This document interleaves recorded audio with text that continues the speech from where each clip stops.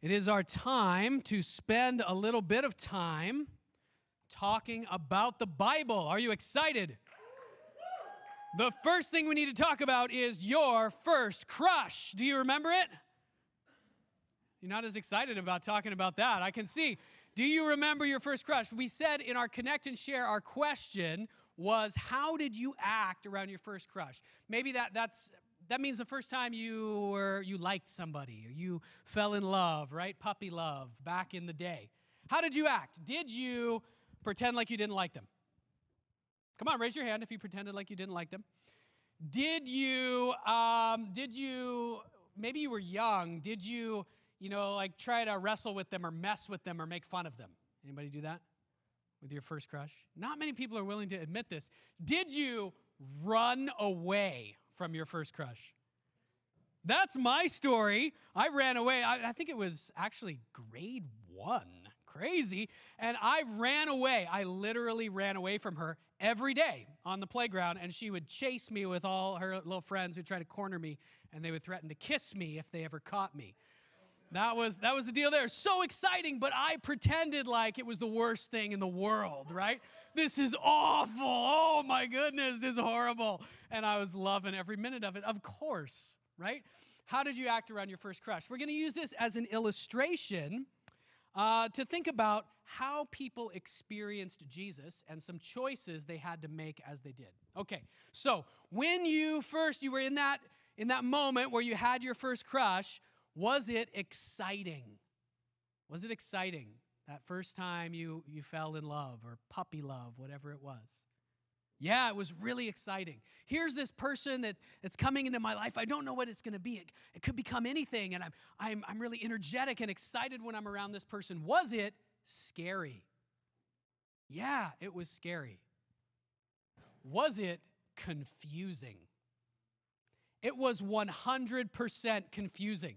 Falling in love, or even just falling in like, is that a thing? Is a very confusing experience because that person is so different than you, right? They think differently. That's part of why you're falling in love with them, but they are very, very different from you. And so you have choices in that moment about how you're going to react, right? And looking at how we acted around our first crush is kind of it's an easy way to think about those choices. Our choices are pretend like it's not there, run away, give in to the fear, or, like Tyler was talking about earlier, be bold enough to actually go talk to that person and move toward them. How many of you in that first crush, or how many of you can remember a moment, all of you probably can, when you were bold enough, you were falling in love with someone and you were bold enough to actually go and tell them, ask them out on a date. Maybe you didn't say, hey, I'm falling in love with you. That's kind of weird. Don't say that. But you were bold enough to say, would you go out with me? Or, hey, do you want to do something together? Or, I like you, something like that. That takes a lot of boldness because you're giving up an element of control in that moment. Now, if you react the wrong way, things can go bad. If you just pretend like you don't like your crush forever, what happens? You're just in the friend zone, right? The friend zone is what? The worst place to be, right? Because it's frustrating, and you might even end up bitter and angry at that person, even though they didn't do anything wrong to you. Another thing that can happen is you can make a move, get into a relationship, right? And it seems like it's going great, but that person wants different things than you. That's the problem with relationships, isn't it? That person doesn't always want the same thing you want. And so we're tempted in a relationship to try to control the other person. Every human being experiences that temptation. If you give into it, if you try to control them, things go really wrong. And if we think about some of the worst things that happen in the human world, in life, it's when things go really wrong in a relationship like that, isn't it? Because if I try to control that other person and it fails, it ends up, there's fighting, there's all kinds of chaos that can happen, and even some of the worst things we can imagine that we won't mention today.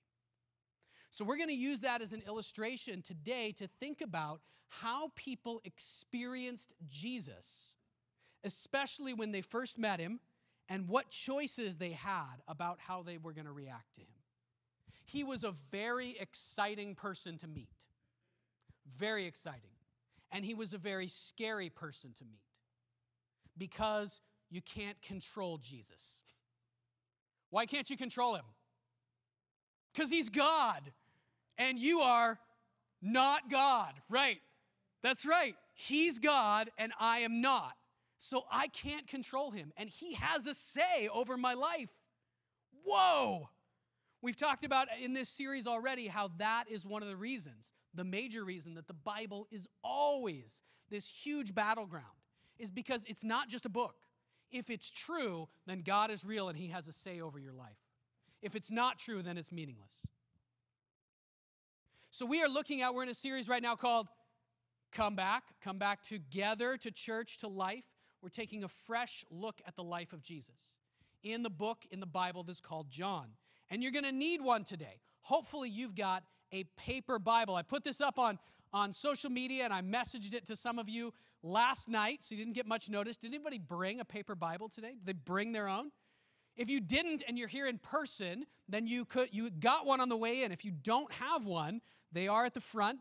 You can go grab one right now. We are going to spend a little bit of time. We're going to go through a ton of verses today, a ton of them. And we're going to spend some time actually paging through our Bibles, which is a powerful thing to do.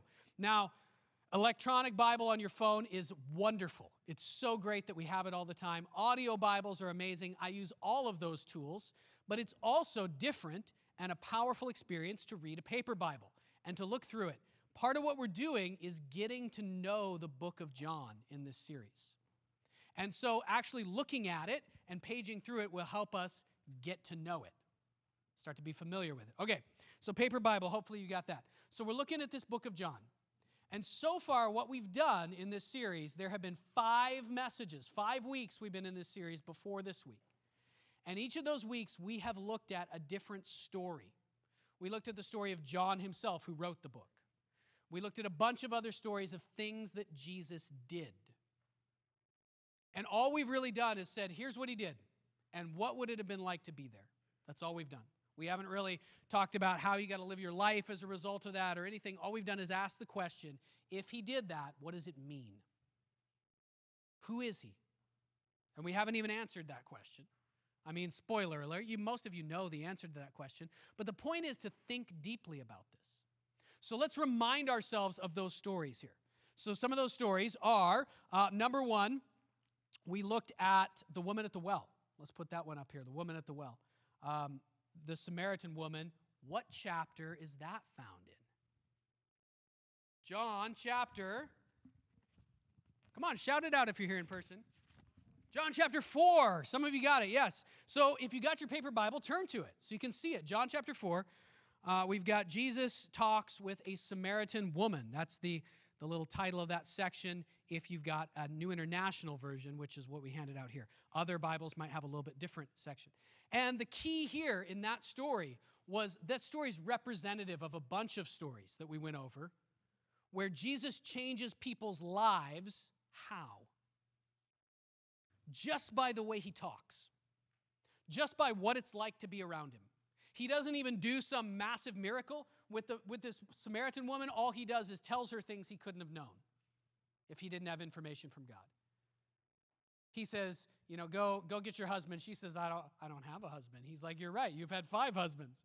And the person you're with now is not your husband. And she's like, whoa, I'm in trouble. But then she realizes that he loves her even though he knows everything about her. Everything she's done wrong, he already knew. And he loves her and accepts her completely. Boom, her life is transformed by his presence. Next story that we looked at was the man born blind. Jesus heals a man born blind in John chapter 9. You guys got it. Okay, turn there, because we're going to come back to that story a bunch of times. John chapter 9.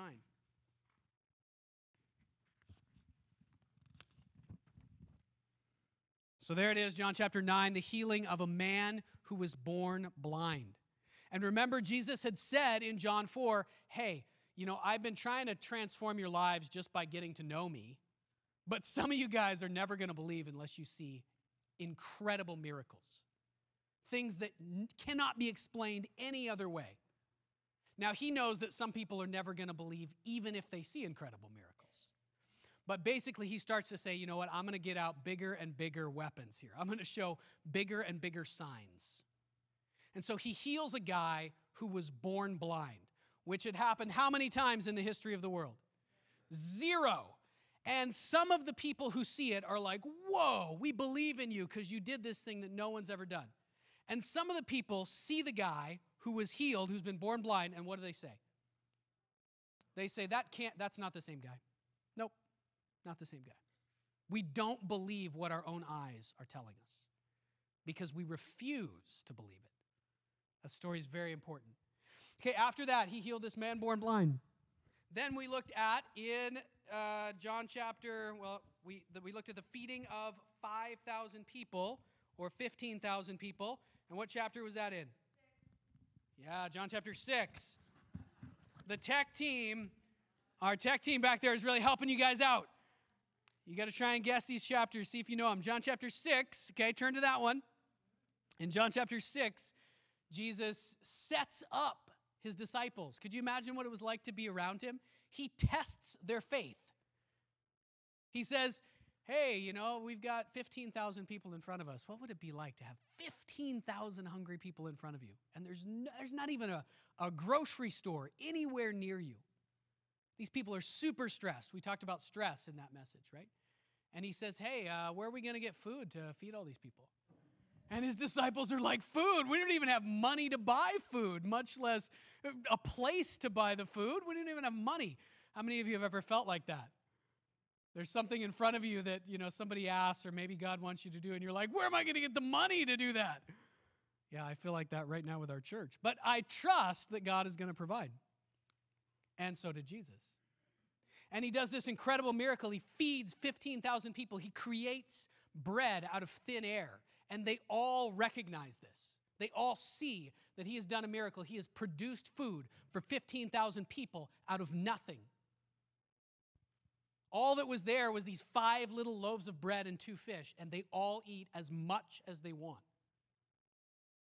It's funny, you know, the disciples, like a week later, are scared that they don't have enough to eat. That's just like us, isn't it? It's an amazing miracle that he does there. So you see that it's getting bigger and bigger. And then last week, what story did we look at? If you were here or you watched online last week, he got out the biggest gun of all. He says, he basically sets up a miracle that is undeniable. He raises a man named Lazarus from the dead, but not just, he had actually already raised other people from the dead. Lazarus is not the first guy. But in this case, he actually set it up. He said that he hears that Lazarus is sick, and he says, oh, I love Lazarus, so I'm going to wait 2 more days to go. Why? So that he will die. And we saw the key there is several things. Number one, just Jesus, he doesn't seem to care about death. Death seems like it's not a thing to him. You ever met people who are unconcerned about something you're stressed about? Maybe they're unconcerned about what other people think about them, and you're stressed about that. It seems like they're living in a different world than you, or they're unconcerned about money, and you're stressed about money. Jesus was unconcerned about death. He thought it was not really a thing. Whatever. No big deal. And so he raised Lazarus from the dead in the presence of hundreds of people, both people who were his followers and people who were not.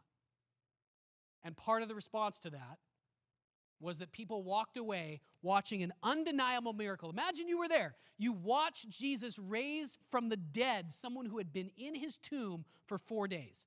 There is no chance that this was faked. There is no chance that it's not from God. Like, here is a guy who's from God. People walked away from that and said, let's kill him. How in the world can that be? So the title of our message today is this. Here's the title. The title of our message is, I'm confused. He's bad. Let's kill him. I'm confused. He's bad. Let's kill him. And what we're looking at today is just one thing. We're looking at, in the book of John, what did Jesus' enemies say about him? Next week, we're going to have Tyler Weatherly, our youth director. He's going to be preaching. A round of applause. That's going to be exciting. He's going to show us what Jesus' friends and his disciples said about him. But this week, all we're looking at is what his enemies said about him. And they basically said three things. The first thing they said is, I am super confused. I don't know what's going on with this guy. The second thing they said in a lot of different ways is, he's bad. And the third thing they said is, let's kill him. And it goes on over and over again. We're going to look at each of these. So we're going to go through each of these headings here, look at all the different verses in John that show what they said under each heading. Then we're going to talk about why they reacted like this. And then at the end, we'll look at one source from outside the Bible, from the time of Jesus, or at least from the time of the book of John, where an enemy of Jesus is telling us about him as well. All right? Ready? So you're going to page to these. So this is looking at these. All right? So let's put up our first verse here. John 7, verse 12. You got it? Let's see how fast you can get there. John 7:12. This is almost like back in the day they used to do, what do they call them, sword drills? Did anybody ever do sword drills? Sword drills, like the Bible is the sword of God. It's like your weapon to fight the enemy, right? And so a sword drill is like, how fast can you find stuff in the Bible? Maybe that's a little bit cheesy. I don't know. Maybe it's fun. But anyway, we'll see how fast you can get there. So here's what his enemies said in John 7:12, or what the crowd said about him. Among the crowds, there was widespread whispering about him. Notice they're even afraid to say it out publicly. These are rumors swirling around him. Some said, he's a good man. Yeah, because he's like healing lepers and people who are blind and people who are demon-possessed and have lost their minds, and they walk away and they are perfectly fine after they meet him. Yeah, he's a good man. That should be duh, right? If someone can walk up to someone who has cancer, who's dying, and heal them, you should be able to say, that's good. But others in the crowd replied, no, he deceives the people. They're confused. What's going on with this guy? Who is he? Next verse. Okay, go there. Next, we'll do chronological, right? Or in order within the Gospel of John. So just moving forward in chapter 7. Others said he is the Messiah. So that's the Christ, the one who was going to come into the world. Still others asked, how can the Messiah come from Galilee? Does not the Scripture say that the Messiah will come from David's descendants and from Bethlehem, the town where David lived? Thus, the people were divided because of Jesus. So they started having all kinds of arguments about him, right? This is just like anything we argue about today. Anything that might be exciting or controversial, we're going to come up with all the different arguments about it, right? So they're searching the Bible. Some people are saying, look, he's fulfilling all these prophecies in the Bible. Other people are saying, well, he's not fulfilling these ones. Only he was. They just didn't realize it. So they're having this big debate about him. That's John 7. Now John 10. Jump forward. Do I see those pages turning? I'm watching you at home. You got those pages turning? You think I can't, but you know Google can look right into your living room. I'm pretty sure. Oh, Facebook. It's Facebook, not Google. I don't know. Depends on what platform you're on here. All right, John 10. John 10:19. Here's what his enemies say about him. The Jews, now not all Jews were his enemies. Everybody in the whole Gospel of John that he's dealing with, almost everybody are Jews. So this is just referring to Jews who were his enemies. Those Jews who heard these words were again divided. So they're confused by what he has to say. John 10:24, moving forward. The Jews who were there gathered around him, saying, how long will you keep us in suspense? If you are the Messiah, tell us plainly. Now he had already told them plainly in a number of ways. But Jesus also sometimes intentionally confused people because he was looking for people to really get to know him and to search for him. But they also didn't want to believe the things that they had plainly seen. All right, now moving forward into one of Jesus', greatest frenemy in some ways, right? A friend and an enemy, Pontius Pilate, right? This is the governor of Judea who orders Jesus' execution, orders his crucifixion. But Pilate didn't want to crucify Jesus. And so there's all this back and forth, and that's a long story we won't tell today. But here's Pilate reacting to Jesus. Pilate came out to them, these crowds that are gathered in front of him, demanding that he crucify Jesus. And he asked, what charges are you bringing against this man? So he asked the religious leaders. Later on, Jesus, so he's confused about what did this guy even do wrong. Later on, this is when he's talking to Jesus. he says to Jesus, "What is truth?" I'm so confused, I don't even know if there is truth. With this, he went out again to the Jews gathered there, and he said, "I find no basis for a charge against this man." So Pilate is back and forth. He says, "It's your custom for me to release to you one prisoner at the time of the Passover. Do you want me to release the King of the Jews?" He thinks this is going to be, they're all going to be excited. "Hey, I'm going to do you this great favor and release this guy." But they don't. The crowd yells back to him, "Crucify Jesus." And so at the end, Pilate is back and forth about who Jesus is. What is he doing? He's so confused. So this is what he does. Pilate had a notice prepared and fastened to the cross. It read, "Jesus of Nazareth, King of the Jews." Many of the Jews read this sign, for the place where Jesus was crucified was near the city, and the sign was written in Aramaic, Latin, and Greek. Pilate can't really figure out what to do with this guy. Who is he? Is he good? Is he bad? I don't know. He doesn't seem to have done anything wrong, but everybody hates him. So I'll kill him, and I'll put this sign up that says he's the king. That's confusion, if there ever was confusion. Who is this guy? So people responded to Jesus with confusion. Most people, even his people who became his followers, their initial response to him is, "What in the world is going on?" Why did they respond that way? Why? You can respond if you want. If you don't, that's okay. This is very much like, we can compare it to your first crush. This was somebody who you met and you were excited by how they were, what they did, and they're so different from you. When people met Jesus, he was from out of this world. He could do things that no one else could do. We talked about this last week. He was walking around. His view of reality was like no one else's. Imagine you meet a person who thinks death is no big deal. It's like not a thing. And, he doesn't have any money, but he's not worried about feeding 15,000 people. And his best friend, one of his close friends, is sick and dying, and he doesn't go there because he wants to go raise him from the dead later. Like, what do you do with someone like that? Your initial response is probably going to be a mix of excitement and fear and confusion. I don't know who this is. I don't know what it means. I'm a little bit scared of this guy. What's he going to do next? But I'm excited. What could he do? So the question for everybody was, when they meet Jesus, they're confused, they're excited, they're afraid. All of them. But the question is, what are they going to do with that? What are they going to do in response to that? And that's the question for us today.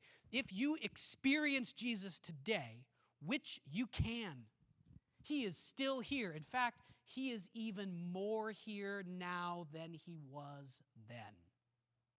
Is that possible? Yes. It's actually true. If you experience him today, your reaction at the beginning is going to be confusion, excitement, and fear. How many people in the room today can testify, can witness, yes, that's true. The first time I experienced Jesus, it felt like confusion, excitement, and fear. 100% that's how I felt. The first time I heard his voice, okay, it wasn't an audible voice. As an adult, I heard him speak to me. I was so confused, I literally stood up out of my chair and tried to figure out if I was losing my mind or not. Confusion, excitement, and fear. What if it's true? Next, we're going to talk about the pathway his enemies go down, because his enemies decide that he's bad. They're scared of him. They're scared of what it would mean if he really is who he says he is. And so they decide it's not okay. We're not going to accept that he could be doing these things and he's actually from God. So we're going to make up some kind of reasoning that we can get rid of him.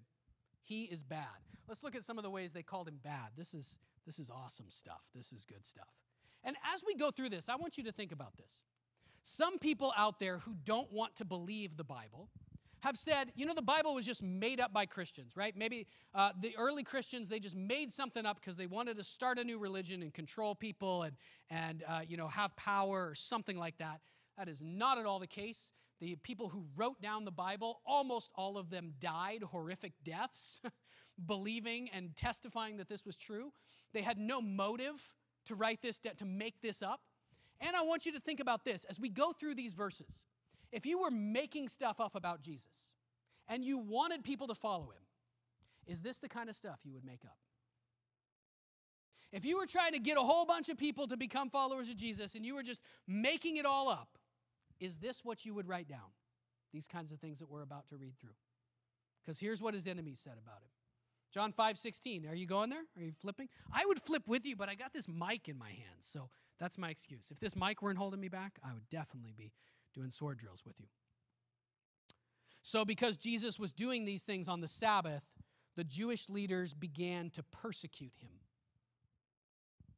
They are searching for any possible reason to call what he's doing evil. They are watching him heal people who have horrible lives. We already said this. Lepers, their skin is falling off. Parts of their body are rotting and falling off. They meet Jesus. Now they're perfectly well. They're normal people again. They're back in society. Great life. People are searching for a reason to call that bad. And what they come up with is he did it on Saturday. You're not supposed to work on Saturday. So you're bad. You just healed a leper, and you're bad. You just raised Lazarus from the dead. Bad. That's bad. That's super bad. Here's what else they said. John 7:20. Are you turning there? You are demon-possessed. The crowd answered, who is trying to kill you? Jesus had asked them this question. Why are you trying to kill me? I'm doing all kinds of good stuff. Could you please stop trying to kill me? And they said, oh, you're paranoid. And we know paranoid people are often possessed by demons. You must be from the devil. This is their option number 2, okay? He's doing it on the Sabbath, so he must be bad. He's doing stuff on Saturday. He's a bad dude. Do you guys do anything on Saturday? Maybe. He's healing people. He's doing amazing miracles. We don't like that might mean he has power or a claim on my life, or that he's somebody special, so we're going to say his power must come from Satan. It must be. Does Satan do really good things? Is that what Satan is trying to do in the world? Is Satan like, yes, I hate the world so much, so I'm going to go around healing people and raising them from the dead? Is that Satan's MO? And this is Jesus' point over and over again. Are you kidding me? I just healed someone. Does Satan do that? Okay. Anyway, carry on. Chapter 8, verse 13. The Pharisees challenged him. They said, here you are appearing as your own witness. Your testimony is not valid. This is one where he is telling them who he is. And we're going to get to what he says in a couple of weeks. But they're saying, you don't have anybody else who's witnessing that this is true with you. Now, in fact, he actually did. Lots of people. And he had miracles that were proving what he did was true. But they're looking, see again, here's what we're looking for. In their law, it was written, the testimony of 2 or 3 witnesses is valid. Which means if somebody only one person is testifying, you shouldn't just, execute someone based on the testimony of one witness, right? So they're searching their law for anything they can come up with. They're looking for technicalities that they can say Jesus is bad. Do you see, we have this repeated theme. They don't want him to be who he says he is. They're searching for any reason they can to discount it, throw it away. Next. John 8:48. The Jews answered him, aren't we right in saying that you are a Samaritan and demon-possessed? So once again, they're saying he's from Satan, but now they're going to throw in racial slurs too, right? Jesus is from up north in Galilee, and in between Galilee and Jerusalem is what? Samaria. And the Jews did not like Samaria. That was the bad part of town. Think of whatever thing comes to your mind when you think of the bad place or the bad part of town. And they're saying, you're from the bad part of town. You're a Samaritan, right? So they're going to throw racial slurs at him. John 8:52-53. At this they exclaimed, now we know that you're demon-possessed. Jesus had just told them that he was around during the time of Abraham. Abraham died and so did the prophets, yet you say that whoever obeys your word will never taste death. Now I have to admit, Jesus was saying some pretty crazy stuff. Remember last week we saw he thought death wasn't a thing. He said, whoever lives believing in me will never die. And if they die, it won't matter. They'll live anyway. So they're saying, you're nuts. Your words are nuts. You must be demon-possessed. Okay, next one. We got a lot of verses to go through. Are you greater than our father Abraham? He died, and so do the prophets. Who do you think you are? Next verse, John 8:57. You're not yet 50 years old, they said to him, and you have seen Abraham. Next one. John 9, a second time they summoned the man who had been blind. Give glory to God by telling the truth, they said. We know this man is a sinner. So again, now they're saying he's bad. He's doing wrong stuff. Many of them said he's demon-possessed and raving mad. He's insane. Why listen to him? Now, are you tracking with me? Look how many of these things are written in the Gospel of John. If you were making up a story to get people to like Jesus, would you write these things? Why would his followers write these things down? Because they're writing down everything that actually happened. That's why. That's the only reason why. This is part of how we know we can trust the book. Okay, John 18, this is when they bring him to Pilate, and Pilate says, what are the charges against him? You know, this is a reasonable thing to ask. They bring him to Pilate, they say, give him the death penalty. And Pilate wants to know, what is the charge? Why should I execute this person? That's pretty reasonable, right? If you're in a court of law, you're asking the judge to execute someone, which doesn't happen anymore, or put him in prison for life, the judge might say, what are the charges? And they don't even answer. They just say, if he weren't a criminal, we wouldn't have brought him to you. Here's the proof that he's bad. We brought him to you. Okay. Next up. John 19:21. The chief priests and the Jews protested to Pilate, don't write that he's the king of the Jews. Remember they wrote that? Don't write that he's the king of the Jews, but write that this man claimed to be the king of the Jews. What are they calling him? A liar. Yes, they're calling him a liar. Excellent. And then I got a couple more here from outside the Gospel of John, just because they're great. Some things that, and you won't have this if you don't have your whole Bible with you.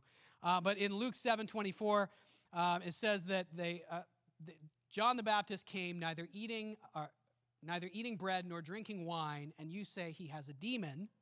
Next slide. The Son of Man came eating and drinking, and you say he's a glutton and a drunkard, a friend of tax collectors and sinners. So here we have no matter what you do, you're wrong. Your buddy John the Baptist fasted all the time, so we said, oh, he must be from Satan. He must be demon-possessed. Jesus didn't fast. He ate and drank. Oh, well, he's a partier. So we're looking for anything to accuse him, right? And Mark 2:16, they say that he eats with the wrong people, right? The teachers of the law who were Pharisees saw him eating with sinners and tax collectors.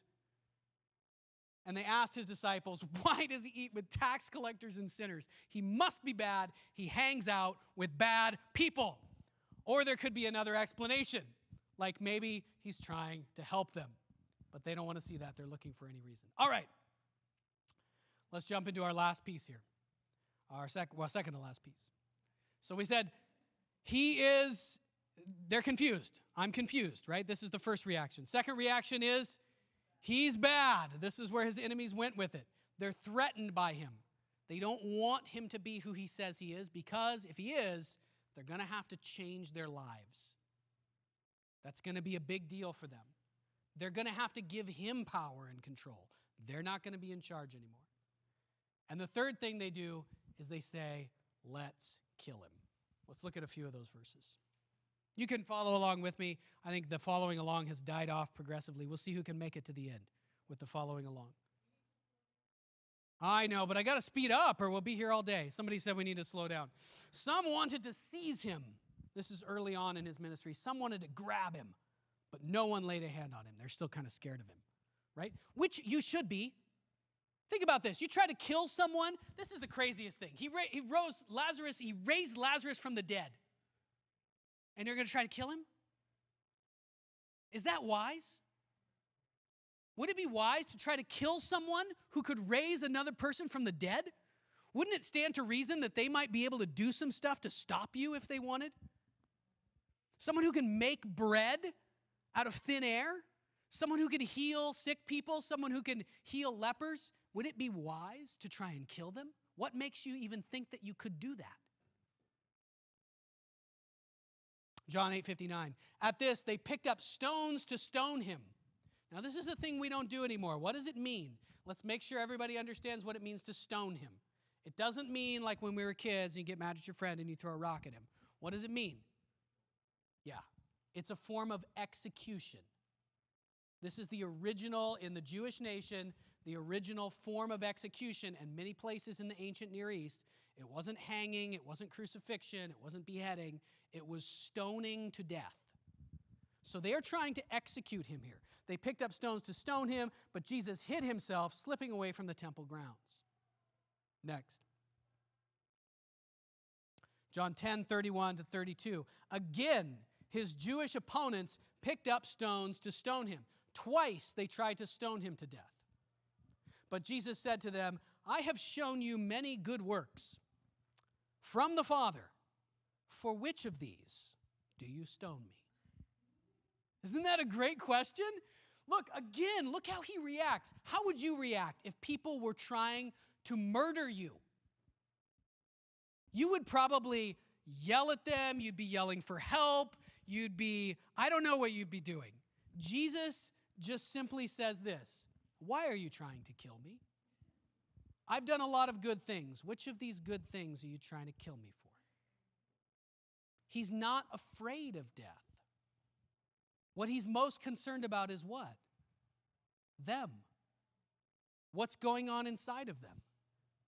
Next up. This is after Lazarus is raised from the dead. Therefore, many of the Jews who had come to visit Mary and had seen what Jesus did believed in him. Tons of people believed in him. Why? Because he just raised a guy from the dead after 4 days, and they saw it. But some of them went to the Pharisees and told them what Jesus had done. They went and told on him. He raised somebody from the dead. Let's go tell the cops. Therefore, many... next slide. Then the chief priests and the Pharisees called a meeting of the Sanhedrin. The provincial government gets together. Next. What are we accomplishing, they asked. Here is this man performing many signs. Notice what they say here. They don't say, here's this man faking many signs. They say, here is this man performing many signs. By signs, they mean incredible miracles. The provincial government of Judea gets together and says, look, this guy's doing a lot of miracles.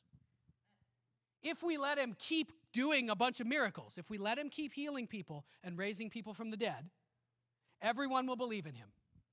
And then the Romans will come and take away both our temple and our nation. We're going to get invaded by the federal government if we let this guy keep on going. Then one of them, named Caiaphas, who was really smart, the high priest for that year, he spoke up and he said, you guys don't know anything. You're all dumb. Do you not realize that it's better for you that one man die for the people than that the whole nation perish? We'll stop right there in those verses. Caiaphas' plan is, what is it? Let's kill him. Let's kill him. Why do they decide to kill him? Because they can't get rid of him any other way. First, they're confused. They're afraid of his control. They're afraid of what's going to happen. They don't trust him. They only trust life if it's in their control, if it's under their grip. Are we like that?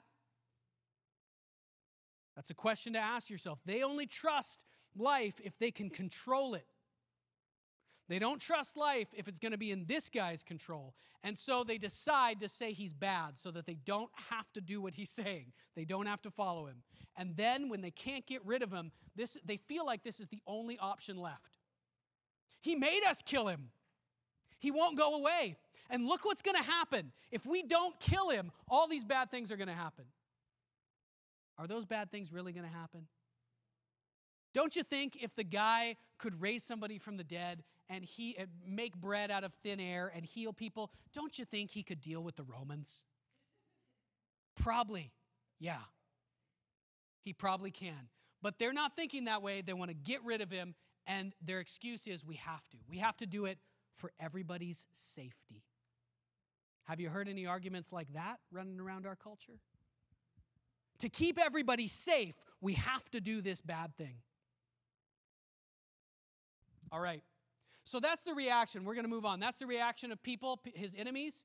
His enemies say, we're confused. He's bad. Let's kill him.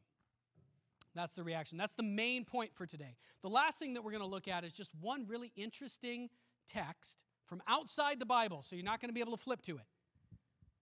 This is an enemy of Jesus writing about Jesus, and I say he's an enemy. I don't know. It's not going to sound like he's an enemy when we read this. The guy's name is, well, it's a little bit of a debate. He was born Joseph Ben something. I don't know what his dad's name was. But later on in his life, he changed his name to Flavius Josephus. Has anybody ever heard of him? We just refer to him as Josephus. And he wrote a history of the Jewish people, of whom he was one. And he wrote this history of the Jewish people in 93 or 94 AD. Now that's very interesting because he wrote it after the city of Jerusalem had been destroyed by the Romans, and he wrote it just before John wrote the gospel, the book of John that we're reading. So he's actually a contemporary of John. Maybe they even met, who knows? And he's writing, but he's a total Roman dude. He's basically, he's a sellout to his nation. When the Romans were attacking Jerusalem and destroying it, guess which side he was on? He was with the Roman army, who were killing his own people. Why? Because they gave him more stuff. He liked the stuff they had. He was very wealthy. He was a friend of the Emperor Tiberius. He may have even known Pontius Pilate at some point. They ran in the same circles. And Josephus wrote down a history of the Jewish nation, and in one piece, this is an astonishing piece of his history. Let's read it here. Here we go. Josephus, bring that up.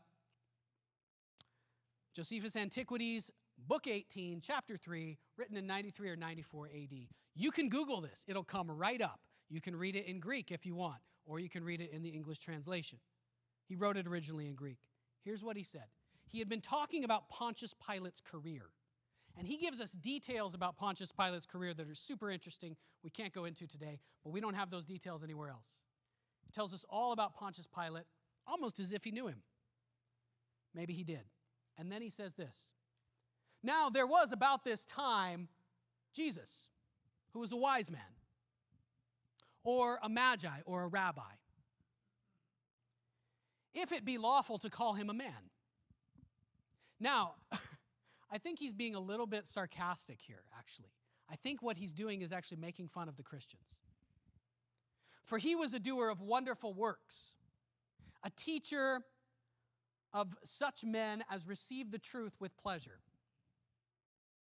Next slide. He drew over to him both many of the Jews and many of the Gentiles. He was the Christ.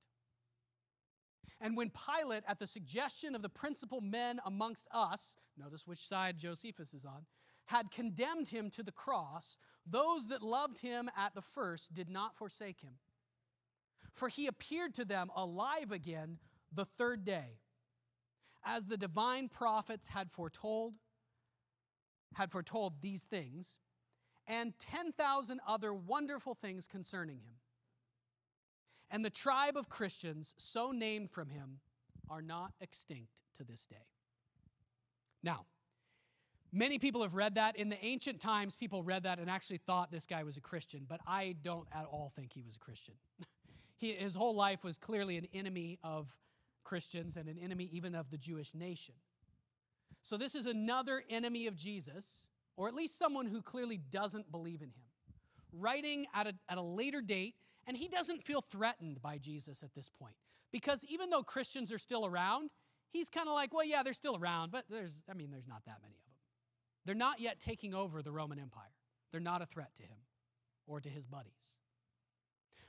And Jesus is gone, right? He says Jesus appeared to these guys, but Jesus isn't right in front of his face. He doesn't see Jesus. Jesus is no longer a threat. And here's what we see.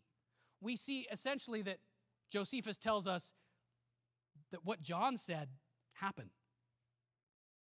That Jesus walked around doing wonderful works, miracles. That's a term for miracles, signs, amazing things that can't be explained. and he was killed by Pontius Pilate, and his followers later said that he rose on the third day and that he appeared to many of his followers, and they believed it because they're still around. So even outside the Bible itself, from the time of John, from the first century, we have an opponent of Jesus who says that Jesus did miracles.